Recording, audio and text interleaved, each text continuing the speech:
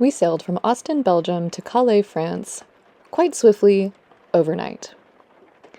Welcome to Sailing for Sustainability, where I combine art, ecology, and sailing. We arrived in Calais in the wee hours of the morning before anyone could even raise the bridge to let us into the marina, so we enjoyed some coffee while we circled. Welcome to France! I'm so proud of you coming out right away to see.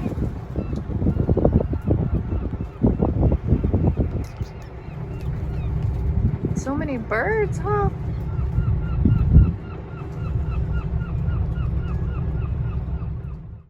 I'm very pleased that with each leg of this voyage, Odin the cat is gaining more and more confidence and enjoying all areas of the boat to the fullest. Hey y'all! So we have made quite some progress leaving the Netherlands. It was very exciting.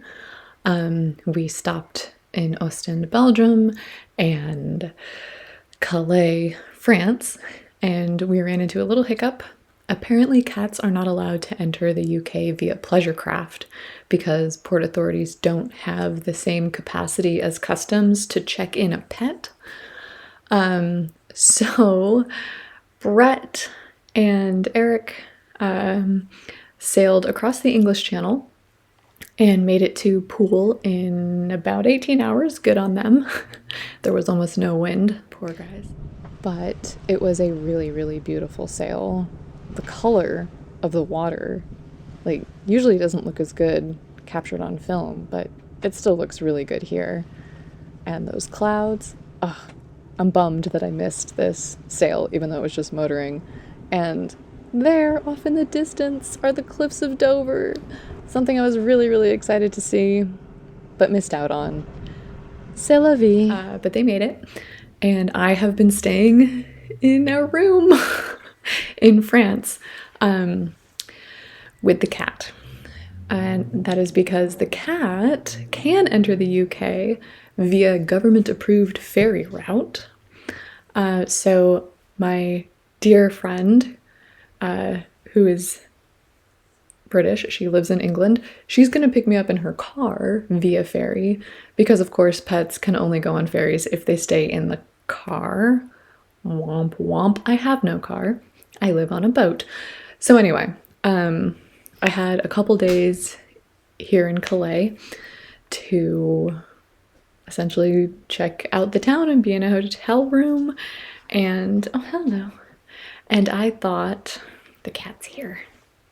Yes. Isn't he adorable? He's causing all kinds of trouble. Travel delays. Anyway, I decided to treat my time in Calais in a room as a little art residency because, now you moving the table? Because who doesn't want an art residency in France, right? So I made this for my friend who's picking me up because she loves octopus. And I did a bunch of other drawings as well. Being the end of the year, it was really nice to have some time to self-reflect and process all the things I thought about on night shift on the boat. So I started doing these fun combo artwork and text pieces. Just really reflecting on what it's like to sail. And on night shift, I mean, you're alone with your thoughts and nothing else. And it's just complete darkness. And it's absolutely amazing. And it got me thinking about how fragile the ecosystem is, but also how resilient it is. And the same for human beings. We're simultaneously fragile and strong, and all the things that connect us to the ecosystem and all of the relationships among things in the ecosystem, and how we are just another species in the grand scheme of things, just trying to survive, and what we have in common with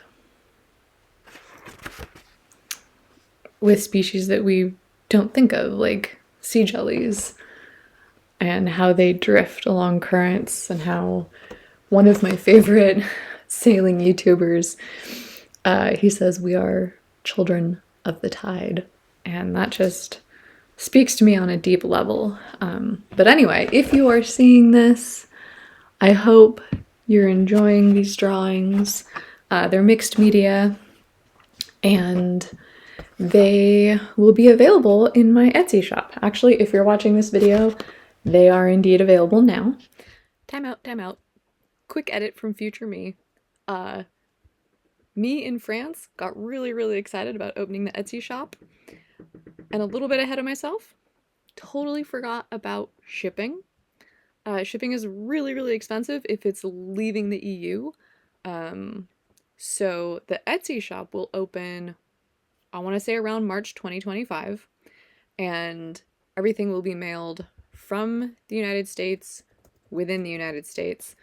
I'm going to leave a bunch of artwork with a relative when I visit them, so there will be plenty more available than what you see on the screen, and it will arrive in a timely manner instead of you waiting months, because I'm also at sea, which makes it hard to mail things. Right, anyway, back to me in France. And all proceeds will help support this YouTube channel and our voyage of sharing ocean ecosystems, ocean literacy, and generally sailing for sustainability. Thanks. With everything being closed for the holidays, it was pretty easy to hunker down and get some work done, and I sort of fell into a routine. I'd wake up super early, have my coffee, do a bunch of the thinking stuff, and then wander around town looking for murals, which was really fun and really inspiring and got the blood flowing. Something about walking just really helps me process thoughts in all kinds of creative ways. And it's kind of like a free art gallery. And then, of course, there was the chocolaterie, because this is France, and chocolate is like an art form in and of itself. I can't believe I made it out of here without buying so many things. Thankfully, they were too expensive.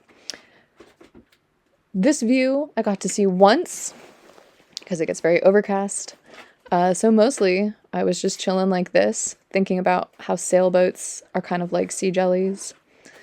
And I found lots of ways to keep the cat entertained, which was really important because these rooms are small.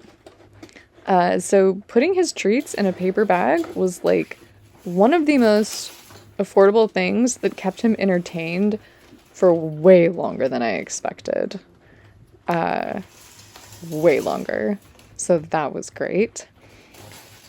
But by far his favorite activity, which is kind of completely land-based, is me putting the bathroom sink on a slow drip.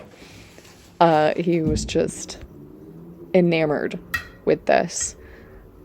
I am trying to think of a way I can kind of replicate this on a sailboat. Some kind of, not really a fountain, like a water bottle with a hole in it dripping into his water bowl.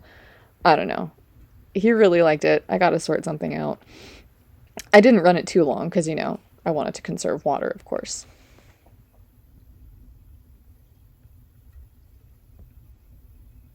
But even with these new forms of entertainment, he started climbing on top of the shower. I think he was definitely ready to get back to the excitement of sailboat life.